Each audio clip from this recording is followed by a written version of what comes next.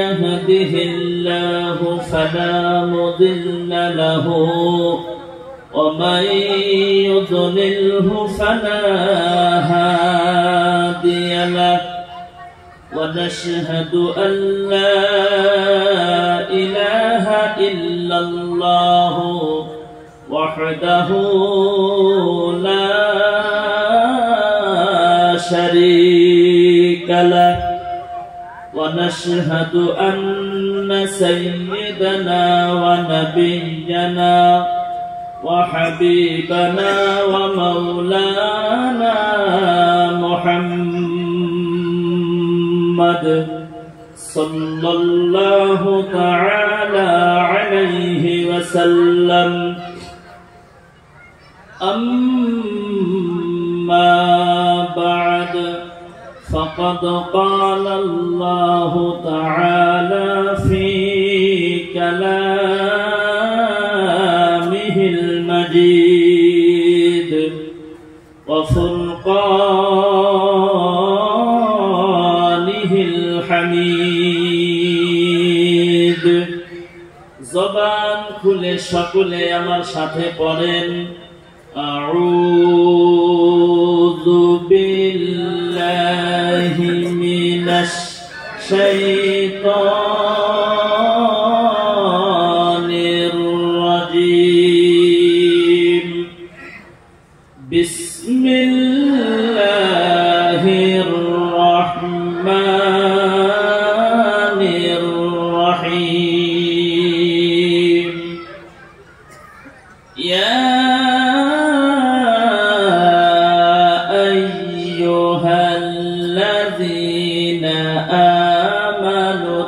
اتقوا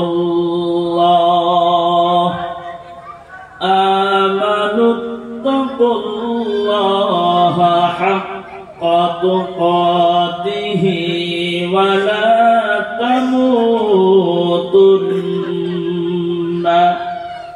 ولا تموتن إلا وأنتم مسلمون وقال النبي صلى الله عليه وسلم لا طاعة لمخلوق في معصية الخالق أو كما قال عليه الصلاة والسلام وقال النبي صلى الله عليه وسلم من بنى لله مسجدا بنى الله له بيتا في الجنة أو كما قال عليه الصلاة والسلام وقال النبي صلى الله عليه وسلم أفضل الذكر لا إله إلا الله لا إله إلا الله محبة لا إله إلا الله لا إله إلا الله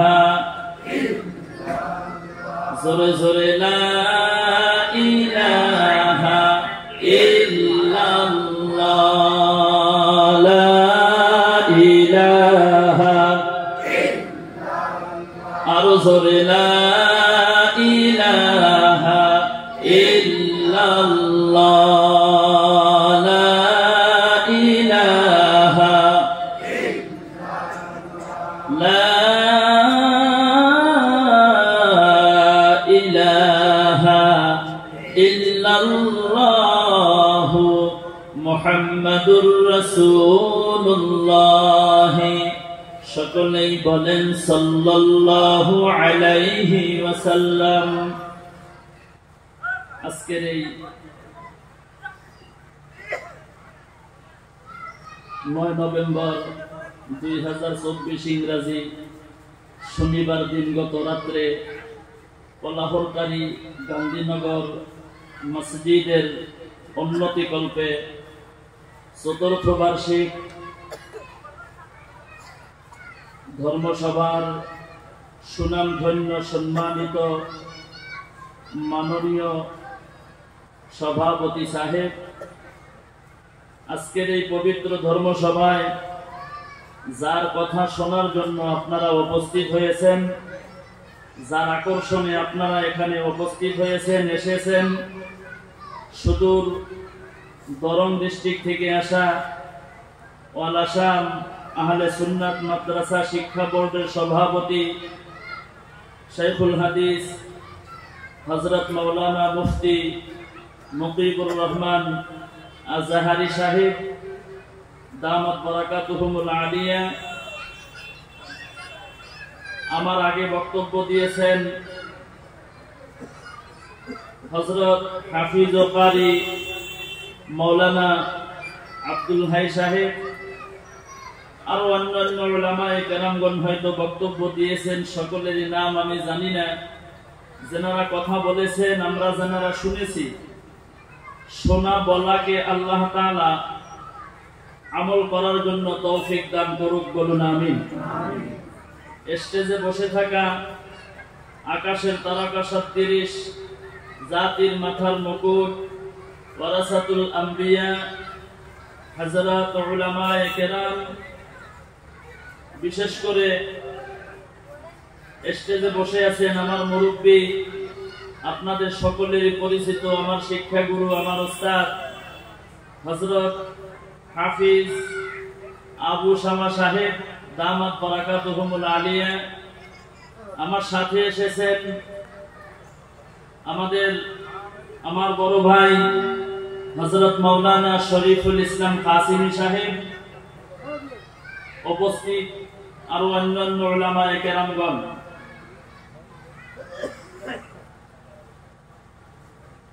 বিশেষ করে এই অঞ্চলের আমার আব্বাজানের বয়সের, দাদার বয়সের সম্মানিত মুরব্বিয়ানে কেরাম, সমবয়স্ক বন্ধুগণ, যুবক বন্ধুগণ, শিক্ষিত সমাজ, নজওয়ান বন্ধুগণ, বিভিন্ন স্কুল কলেজ তথা মাদ্রাসার ছাত্র বন্ধু সকল,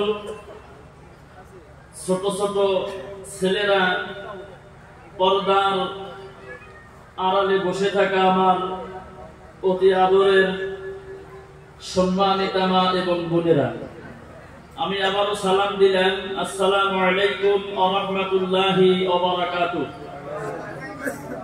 মহান আল্লাহ তাআলার দরবারে সর্বপ্রথম লাখো কোটি শুকরিয়া আদায় করব যে আল্লাহ তাআলা আমাদেরকে সন্ধ্যার পর থেকে নিয়ে এখন রাত ৯টা ৫ মিনিট হয়ে গেল, এতক্ষণ পর্যন্ত তিনি মাহফিলে বসে দ্বীনের কথা আলোচনা করা এবং শুনবার জন্য পবিত্র কোরআন এবং হাদিস থেকে যে আল্লাহ বলার জন্য, শোনার জন্য তৌফিক দিলেন, সেই মহান মাবুদের শুকরিয়া, কালিমাতুশ শুকুর আমরা সকলেই উচ্চ আওয়াজে জোরে সোরে চিৎকার করে, একটা জবান বন্ধ রাখবেন না, মুসলমান হিসাবে সকলেই বলি আলহামদুলিল্লাহ।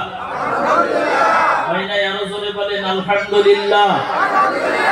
বিশ্বনবী আকায়ে নামদার তাজেদার মদিনা আমিনার লাল মধুর দুলাল সরওয়ারে দুজাহান হযরত মুহাম্মদ মুস্তাফা সাল্লাল্লাহু আলাইহি ওয়াসাল্লামের প্রতি দরুদ আমরা সকলেই বলি সাল্লাল্লাহু আলাইহি ওয়াসাল্লাম। মহতরম দোস্ত, আজিজ ও বুজুর্গ ভাই ও সাথীও, আমি প্রথমেই বলেছি আলোচনা লম্বা করব না, যত তাড়াতাড়ি পারি আমি আমার বক্তব্য শেষ করার জন্য চেষ্টা করব। আমার ভাইয়েরা, আমি আপনাদের সম্মুখে পবিত্র কোরআনে কারীম থেকে একটি মাত্র আয়াত তেলাওয়াত করেছি। হাদিস শরীফ থেকে দুইটা জায়গা থেকে দুইটা টুকরা আপনাদের সম্মুখে আমি পড়েছি। এই পবিত্র কোরআনের আয়াত এবং হাদিসের প্রতি লক্ষ্য করে অল্প সময় কিছু কথা বলেই আমি আমার বক্তব্য শেষ করার জন্য চেষ্টা করব ইনশাআল্লাহ। আমার বন্ধুগণ, মহান আল্লাহ তাআলা পবিত্র কোরআন শরীফের মধ্যে বলেন, ইয়া আইয়ুহাল্লাযীনা আমানুত্তাকুল্লাহ। আল্লাহ বলেন, হে বিশ্বাসী বান্দাগণ, ঈমানদার যারা, ঈমানদারদেরকে লক্ষ্য করে আল্লাহ ডাক দিয়া বলেন, ইত্তাকুল্লাহ, আমি আল্লাহকে ভয় করো। সুবহানাল্লাহ বলেন। কাকে ভয় করো? আরো জোরে বলুন, আরো জোরে বলেন। বলছেন কে? আল্লাহ নিজেই বলছেন, আমি আল্লাহকে ভয় করো। বিশ্লেষণ যদি করি, অনেক লম্বা সংক্ষেপ করে দিলাম। হাক্কা তুকাতিহি, আল্লাহ জানাইয়া দিলেন শুধু ভয় করলে হবে না। আপনি যে মুখের দ্বারাই বললেন আমরা ভয় করি, এই মুখের দ্বারাই বললে হবে না। আল্লাহ জানাইয়া দিলেন হাক্কা তুকাতিহি, ভয় করার মতো করিয়া ভয় করো। সুবহানাল্লাহ বলেন। তারপরে আল্লাহ বলছেন, ওয়ালা তামুতুন্না, তোমরা মৃত্যুবরণ করিও না, তোমরা মরিও না, তোমরা ইন্তেকাল হইও না। কেন? ইল্লা ওয়া আনতুম মুসলিমুন, যতক্ষণ পর্যন্ত প্রকৃত মুমিন হইতে না পারো ততক্ষণ পর্যন্ত মৃত্যুবরণ করিও না। হাদিস শরীফ থেকে তেলাওয়াত করেছি, যার অর্থ আপনারা সকলেই জানেন। মান বানা লিল্লাহি মাসজিদান বানাল্লাহু লাহু বাইতান ফিল জান্নাহ। আল্লাহর নবী বলেন, আপনি যদি দুনিয়ার জমিনের মধ্যে একটা মসজিদ নির্মাণ করেন, আল্লাহর ঘর যদি আপনি নির্মাণ করেন, একটা ইটার দ্বারাই হোক, একটা টাকার মাধ্যমে হোক, 10টা টাকার মাধ্যমে হোক, আল্লাহর ঘর যদি আপনি নির্মাণ করেন, আল্লাহ তাআলা জান্নাতের মধ্যে আপনার জন্য একটা বালাখানা বানায়া দিব। সুবহানাল্লাহ। সুবহানাল্লাহ বাড়িতে গিয়ে বলবেন, এখানে বসে বসে জমা করেন, একটু চিল্লাইয়া বলেন সুবহানাল্লাহ। দ্বিতীয় নম্বর হাদিস, লা তাআতা লি মাখলুকিন ফি মাসিয়াতিল খালিক। আল্লাহকে অসন্তুষ্টি করে ভিন্ন কারো মত নিয়ে চলা বিলকুল হারাম। এই হইল হাদিস এবং কোরআনের সংক্ষিপ্ত তরজমা। আসেন এবার সংক্ষিপ্ত অল্প সময় আলোচনা করি। 1 ঘন্টা সময় আলোচনা করব, দিবেন আমাকে আপনারা? কথা বলেন। 1 ঘন্টা সময় দিবেন? একটু জোরে বলেন না ভাই, আওয়াজ বোঝা যায় দিবেন না। ভাবতেছেন হুজুর নামে না কে ভাই? দেওয়া যাবে 1 ঘন্টা? আল্লাহ কবুল করেন, বলেন আমিন। না খারাপ পাইতেছেন আবার আমার কথা? খারাপ পাইলে কি বলবেন যে খারাপ পাই? এক ধর্ম সবাই যা বলছি ভাই খারাপ পাইতেছেন, পিছন থেকে একটা লোক দাঁত কিরমিরাইয়া বলে, না খারাপ পাইলে বয়ান করেন। আমি মনে মনে ভাবলাম এটা তো ভালো খারাপ পাইতেছে তিনি গো। পরে ভালো করে খবর নিয়ে দেখলাম মানুষটা তার বাড়িতে তার স্ত্রীর সাথে রাগারাগি করে ধর্ম সভায় এসে, মানে বাড়িতে তো বাড়ি নেই, ধর্ম সভায় এসে আমারই সাথে রাগ করে। এবার রাগারাগি তো নেই ভাই, ভাই এবার রাগারাগি আছে কি? আল্লাহ কবুল করেন, বলেন আমিন। আর মহব্বতে বলেন আমিন। আর চিল্লাইয়া জোরে বলেন আমিন। আমার বন্ধুগণ, বয়ান আরম্ভ করার আগে আমি একটা কথা আপনাদেরকে বলি। ভাই আগে এই সাউন্ডটা একটু বাড়াইয়া দেন না, একবারে কমিয়ে দিয়েছেন কে? সামান্য বাড়াইয়া দেন। আগে সাউন্ডটা ভালো ছিল, বাড়াইলে দিলে হবে।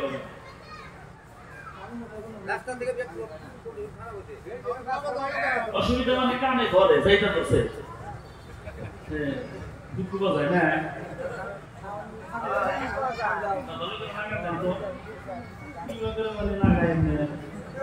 এত জীবনে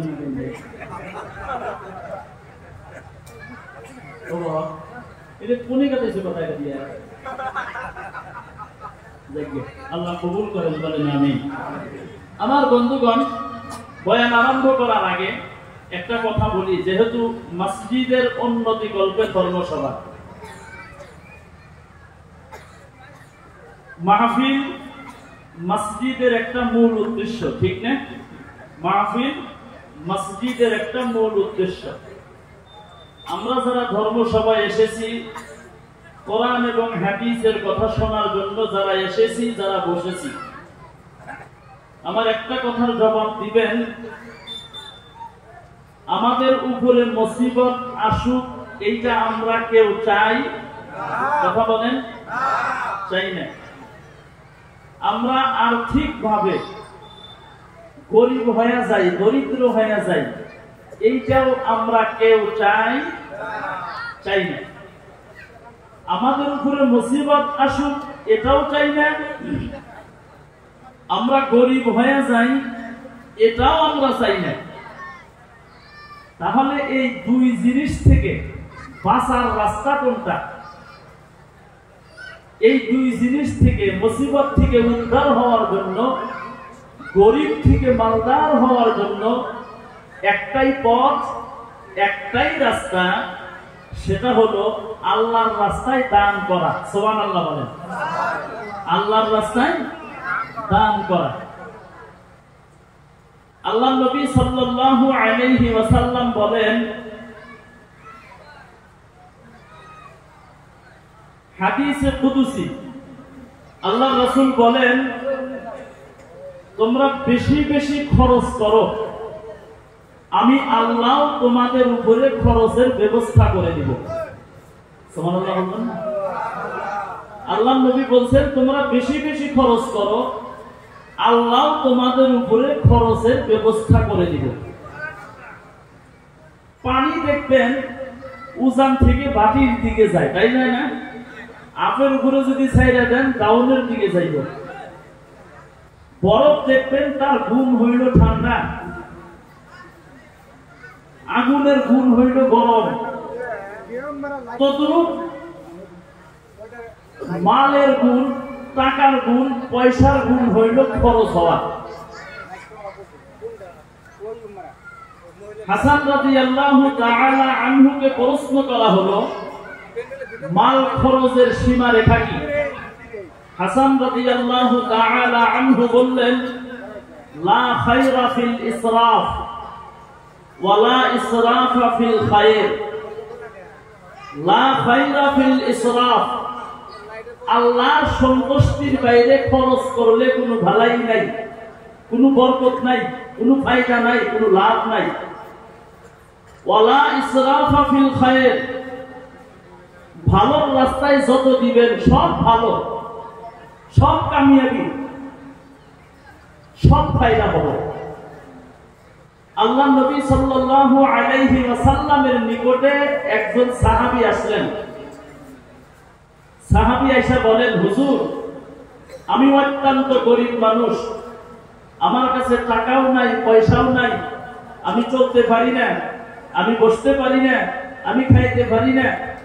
একটা বস্তু লক্ষ্য করবেন, সমাজে যদি মাল কম থাকে, কোন একজন ব্যক্তির যদি টাকা পয়সার দিক দিয়ে আর্থিক সাইডে যদি গরিব হয়, ওই মানুষটাকে বহুত মানুষ এমনও আছে ইজ্জত সম্মান সমাজের ভিতরে বর্তমান জামানায় কম দেয়, ঠিক না?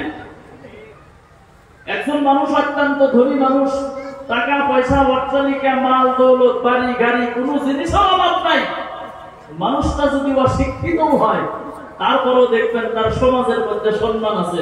একটু জোরে বলেন, ঠিক না? আমার বন্ধুগণ, আল্লাহর নবীর কাছে একজন সাহাবী আসলেন। আয়েশা বলতেছেন, হুজুর, আমি অত্যন্ত গরিব মানুষ, আমি বসলে উঠতে পারি না, উঠলে বসতে পারি না, একদিন খাইলে 2 দিন না খাইয়া থাকা লাগে, একদিন যদি হাজিরা করতে না পারি, কামলা দিতে না পারি, আমার সংসার চালানো তামাম কষ্ট হয়। হুজুর, আপনি তো বিশ্ব নবী, আপনি তো আল্লাহর নবী, আপনি তো নবীদের নবী, আপনি তো ফেরেশতাদের নবী, নবী মুহাম্মদুর রাসূলুল্লাহ সাল্লাল্লাহু আলাইহি ওয়াসাল্লাম, আপনি যদি একটু দোয়া করেন, নিশ্চয় আল্লাহ তাআলা আপনার দোয়া কবুল করবেন, আমাকে কি জানি আল্লাহ মালদার বানায়া দিবেন। আল্লাহর নবী দোয়া করলেন।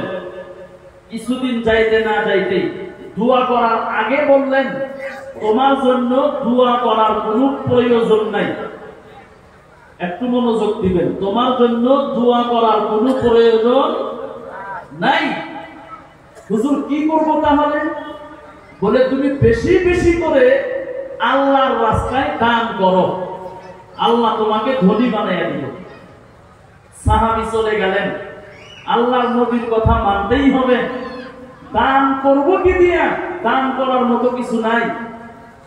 বাড়িতে যাহা কিছু ছিল, আজকে একটু, কালকে একটু, পরশু একটু, তারপরে একটু, একটু একটু করতে করতে করতে করতে আল্লাহ তাআলা ওই সাহাবীর দান আল্লাহ কবুল করিয়া দিলেন। চিল্লাইয়া বলেন সুবহানাল্লাহ। আমার বন্ধুগণ, আল্লাহ তাআলা ওই সাহাবীর দান কবুল করিয়া নিলেন। সাহাবী আস্তে আস্তে এত ধনী হয়ে গেল, এত মালদার হইয়া গেল। ও মুসলমান বন্ধুগণ আমার, একটা সময় এমন হয়ে গেল ওই সাহাবীর টাকা খাওয়ার মতো মানুষ নাই। ওই সাহাবী গরিব মিসকিনকে টাকা দিবে এমন কোন গরিব মিসকিন রাস্তার মধ্যে পায় না। আমার বন্ধুগণ টাকা সাথে করিয়া নিয়া বাড়িতে বাড়িতে ঘোরাফেরা করা আরম্ভ করিয়া দিল। আমার বন্ধুগণ, কিন্তু এমন ব্যক্তি বাহির হইতেছে না ওই সাহাবীর টাকা কোন ব্যক্তি নিব। এত ধনী হয়ে গেল। আমার বন্ধুগণ, হাদিসের মধ্যে পাওয়া যায় আল্লাহর নবী সাল্লাল্লাহু আলাইহি ওয়াসাল্লাম বলেন, দুনিয়ার জমিনের মধ্যে যখন কিয়ামত হয়ে যাইব, হাসরের মাঠ যেদিন কায়েম হব, আল্লাহ তাআলা যেই দিন হিসাব নেওয়া আরম্ভ করিয়া দিব, যারা জান্নাতি আল্লাহ তো তাদেরকে জান্নাতে দিয়ে দিব, যারা জাহান্নামী হবে গো আল্লাহ তাদেরকে জাহান্নামের দিকে পাঠাইয়া দিব। আমার বন্ধুগণ, কিন্তু আল্লাহর নবী বলেন কঠিন কিয়ামতের দিন, মুসিবতের সময় ধনী মানুষের চাইতে গরিব মানুষ 500 বছর আগে আল্লাহ তাআলার জান্নাতে চলিয়া যাইব। আর আসতে বলেন সুবহানাল্লাহ। এটা সুবহানাল্লাহ একটু জোরে বলা যাবে না ভাই? সুবহানাল্লাহ। সুবহানাল্লাহ জোরে বললেন কোনো ক্ষতি হয়েছে গো? লাভ না লোকসান? একটু জোরে বলেন, লাভ না লোকসান? ও মুসলমান বন্ধুগণ, এখানে একটা কথা বলে যাই।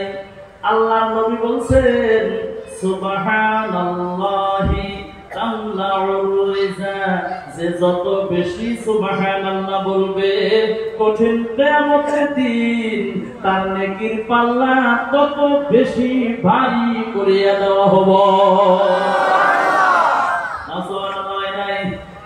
আল্লাহর নবী আরো বলেন সুবহানাল্লাহি মা বাইনাস সামাই ওয়াল আরদ।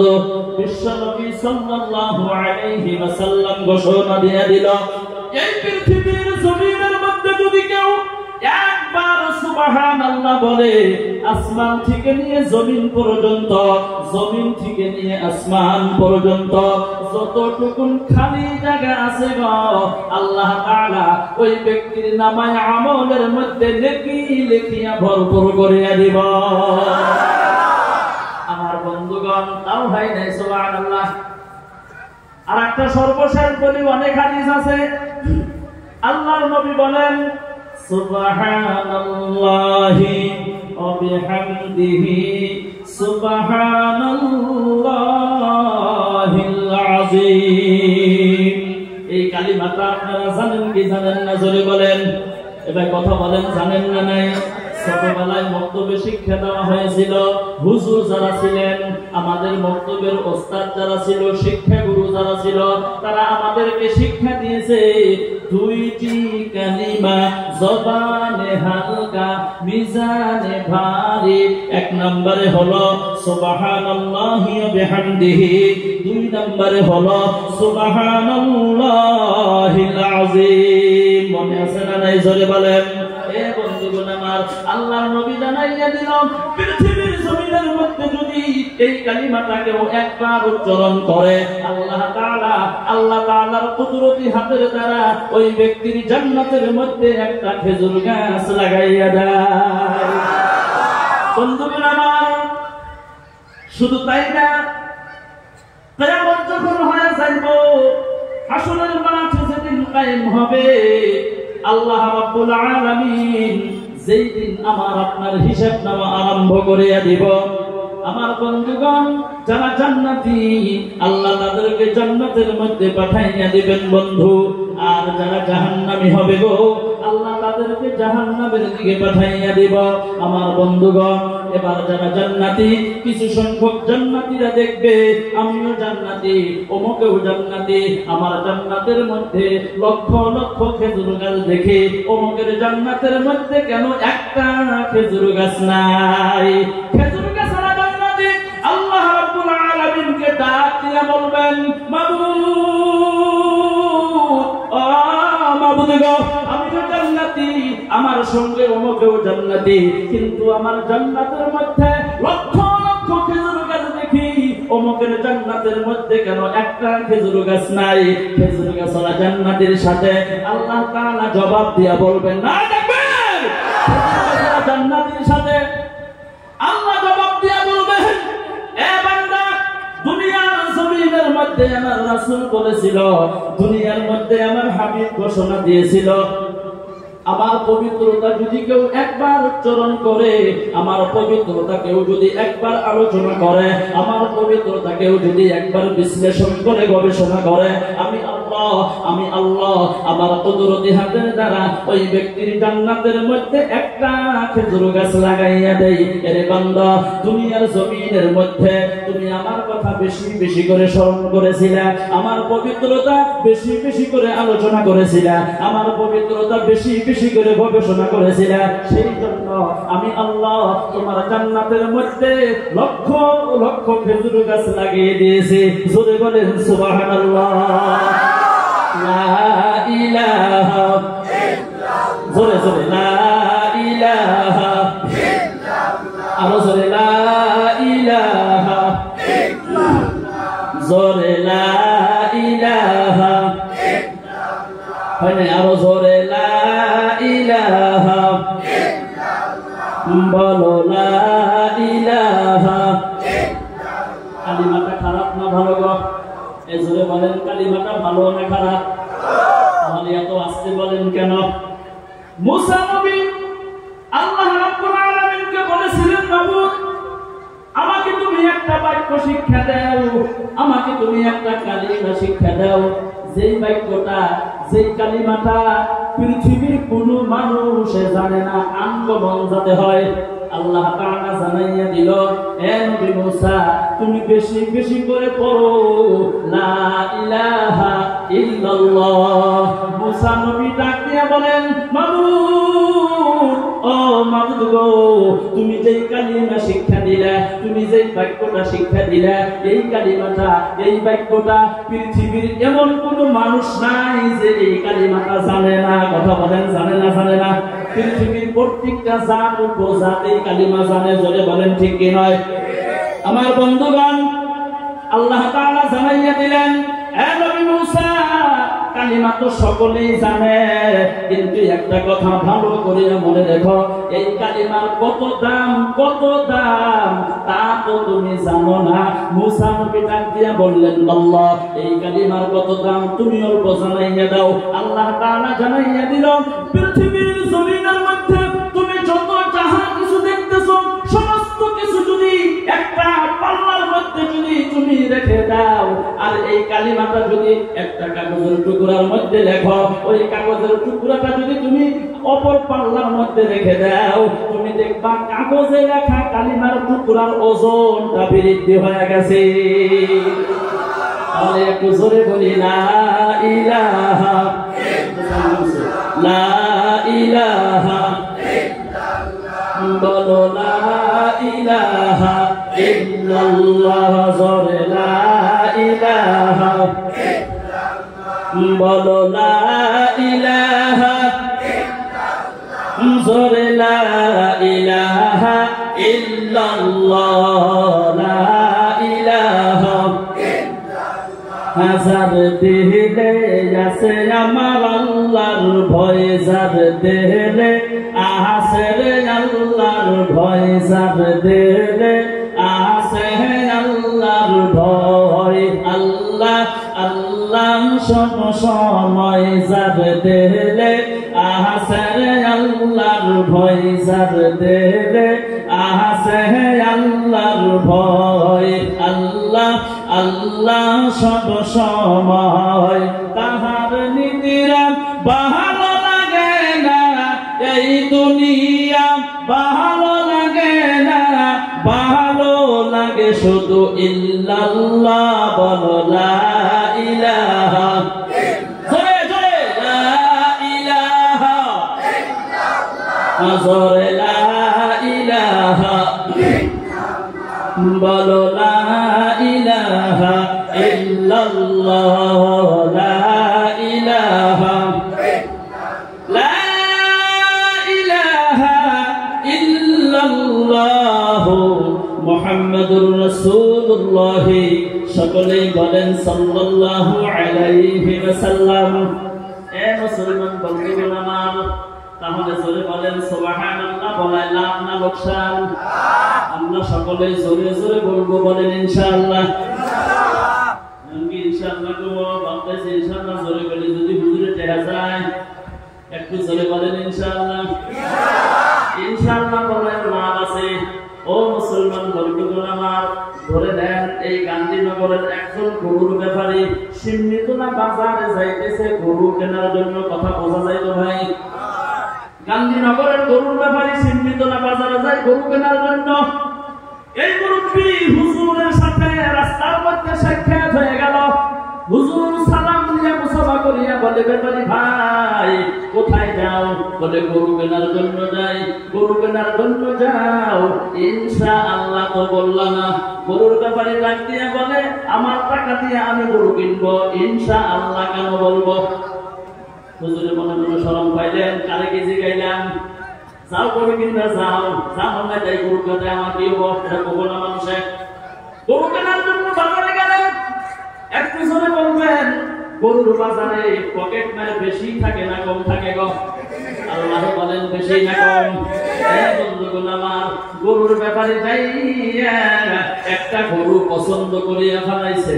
আমার বন্ধুগণ পকেট মার নতুন প্লেট কিনা নিয়া পাঞ্জাবির পকেট কাইটা টাকা ব্যক্তি নিয়ে গেছে। গরুর ব্যাপারে জানে জানে না। এবার গরুর দাম দর মিটান হয়ে গেল, পয়সা দেওয়া লাগে। গরুর মালিক বলেন, ব্যাপারী ভাই তাহলে টাকা দেন। টাকার জন্য যখন পকেটের মধ্যে হাতটা ঢুকাইয়া দিল, বন্ধুগণ আমার, হাতটা খালি নিচের দিকে যায় আর যায়, যায় আর যায়, যায় আর যায়, হাত আর থামে না। ব্যাপারী মনে মনে ভাবতেছেন, পকেট এত লম্বা হইল কেন? এত পকেট লম্বা তো আমার না। ভালো করে লক্ষ্য করিয়া দেখে বন্ধুগণ আমার, পকেট মার পকেট কাইটা টাকা নিয়ে গেছে। গরুর ব্যাপারে জানেন না, মানুষটা বগা ছিল, কালা কুকুড়া হয়ে গেছে গা। আমার বন্ধুগণ, গরুর মালিক ডাক দিয়া বলেন, ব্যাপারী ভাই কালা হইলেন কেন? এই টাকা হারাইছে ইনশাআল্লাহ। কখন না ইনশাআল্লাহ? এই কথা কয়া বাড়ির দিকে রওনা। হুজুরের সাথে রাস্তায় আবার সাক্ষাৎ। মনে মনে ভাবতেছেন গরু কেনার জন্য গেল, গরু কই? গরু তো দেখি না, জিগাই তো। সালাম দিয়া মুসাফা করিয়া বলছেন, ব্যাপারী ভাই গরু কই? বলে গরু কিনি না ইনশাআল্লাহ। এবার শুনি তখন কই না ইনশাআল্লাহ, এখন বলে ইনশাআল্লাহ। কারণ কি? আবার বলছেন কিসের জন্য কেন নাই? ওই টাকা হারাইছে ইনশাআল্লাহ। কিভাবে হারাইছে? ওই জানি না ইনশাআল্লাহ। এখন কই যাও? ওই বাড়িতে যাই ইনশাআল্লাহ। বাড়িতে যায় কি করবা? রাগ নামে কথা বলেন। গরুর ব্যাপারে মেজাজ গরমে দিকে টাকা হারাইছে, গরু আলাপ আরম্ভ করছে। কি করি করব? রাগে সাথে কি করি করব? ইনশাআল্লাহ। তারপরে ইনশাআল্লাহ সার নাই। বন্ধুগণ আমার, কথাটা আমার না, হাকিমুল উম্মত আশরাফ আলী থানভী রাহমাতুল্লাহ আলাইহি মুসলমানের হাসি নামক একটা কিতাবের মধ্যে ঘটনাটা উল্লেখ করেছেন। আমার বন্ধুগণ, এই ইনশাআল্লাহ যদি তুমি আগেই বলতাও, কি জানি তোমার টাকা হারাইতো।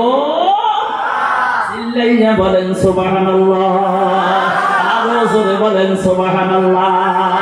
আমার বন্ধুগণ, গতিকে আমরা ইনশাআল্লাহ জায়গায় ইনশাআল্লাহ বলবো, বলে ইনশাআল্লাহ। খারাপ পাইতেছেন আপনারা? এ মুসলমান বন্ধুগণ আমার, চলে আসেন সাহাবীর নিকটে। মনে আছে নি? মনে আছে? আল্লাহর নবীর সাহাবী তামাম ধনী হইয়া গেল। মনে আছে গো? কথা বলেন, মনে আছে? মনে রাখা রাখবো। তামাম ধনী হইয়া গেল, টাকা দেওয়ার জন্য গরিবের কাছে যায়। একটা গরিব মানুষ রাস্তার মধ্যে পায় না। কিসের জন্য? গরিব ছিল, আল্লাহর রাস্তায় বেশি বেশি খরচ করেছে, আল্লাহ তাকে তামাম ধনী বানাইয়া দিছে। টাকা কাউকে দেয়, কেউ নেয় না, যাকে দেয় সেও নেয় না, এত ধনী হয়ে গেল। আল্লাহর নবী বলছেন, গরিব মানুষ ধনী মানুষের চাইতে কত বছর আগে জান্নাতে যাইব? 500 বছর আগে জান্নাতে যাইব। এই হাদিসটা নজরে পড়ে গেল, চিন্তায় মাথা ভালো লাগে না, টেনশন টেনশন টেনশন আর টেনশন। আমি তো তামাম ধনী হইয়া গেছি, জান্নাতে যাইতে আমি তো অনেক পাশে বইয়া যাইতেছি, আমি তো জান্নাতে পাশে যাইতে চাই না। এই ধনী থাইকা লাভ নাই, আমি আগের মতো গরিবই থাকি তাও ভালো, কারণ জান্নাতে আগে যাইতে পারো। আল্লাহর নবীর কাছে চলে গেলেন, নবী গো আমার জন্য দোয়া করেন, আমি তো তামাম ধনী হইয়া গেছি, আমার জন্য দোয়া করেন। আমার ধনী থাকার কোনো দরকার নাই, আল্লাহ তাআলা যাতে আমাকে আগের মতো গরিব বানায়া দেয়। ও মুসলমান বন্ধুগণ আমার, আল্লাহর নবী বললেন, তুমি বাড়িতে চলে যাও, তোমার জন্য দোয়া করা লাগবে না, তোমার জন্য দোয়ার কোনো প্রয়োজন নাই। বলে কি করব? আজকে থেকে তুমি আল্লাহর রাস্তায় দান খয়রাত করা তুমি বন্ধ করিয়া দাও, তুমি দেখবা অটোমেটিক গরিব হয়ে যাইবা। চিল্লাইয়া বলেন সুবহানাল্লাহ। এই কথা কি বোঝা গেল? দান করলে বরকত দেয় কে? আরো লাহে বলেন, দান না করলে বরকত উঠায়া নেয় কে? এবার বলবেন, হুজুর আঙ্গর অঞ্চলে তো অনেক মানুষ আছে, ধনী মানুষ, কোটিপতি, অট্টালিকা, অভাব নাই, জীবনে তুই 1 টাকাও দান করেন না,